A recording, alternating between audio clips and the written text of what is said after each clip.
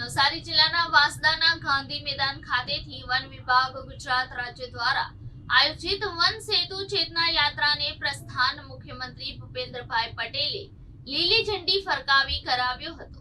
One સેતુ ચેતના યાત્રા વલસાડ જિલ્લાના ઉમરગામથી બનાસકાંઠા જિલ્લાના અંબાજી સુધી કુલ 1000 કિલોમીટરની યાત્રા કરશે।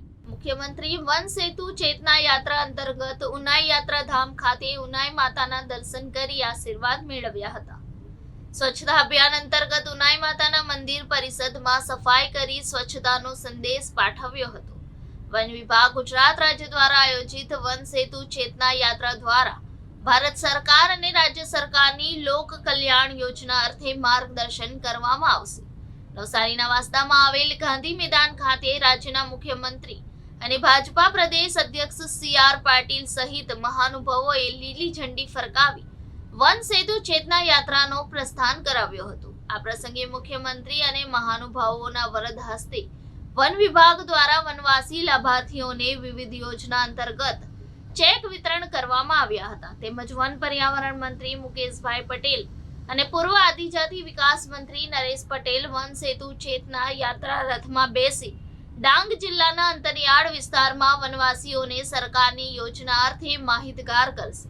તેમજ ઉમરગામથી અંબાજી સુધી પહોંચતા પૂર્વે નવસારી, ડાંગ, તાપી, સુરત, ભરૂચ, નર્મદા, છોટા ઉદેપુર, પંચમહાલ, દાહોદ, મહીસાગર, અરવલ્લી અને સાબરકાંઠા જિલ્લાઓમાંથી પસાર થશે।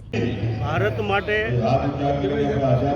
ગર્વ લઈ શકીએ એ પ્રકારનું 22 જાન્યુઆરી જ્યારે પ્રાણ પ્રતિષ્ઠા અયોધ્યાની અંદર જ્યારે થઈ રહી છે એને ધ્યાનમાં રાખીને ગુજરાતના આદિવાસી પટ્ટાની અંદર પણ ખૂબ લોકોમાં જાગૃતિ આવે, આધ્યાત્મિક સાથે લોકો જોડાય એવા એક શુભ ભાવ સાથે વન સેતુ ચેતના યાત્રા અમારા સરકાર તરફથી જ્યારે આજથી પ્રારંભ થઈ રહ્યો છે।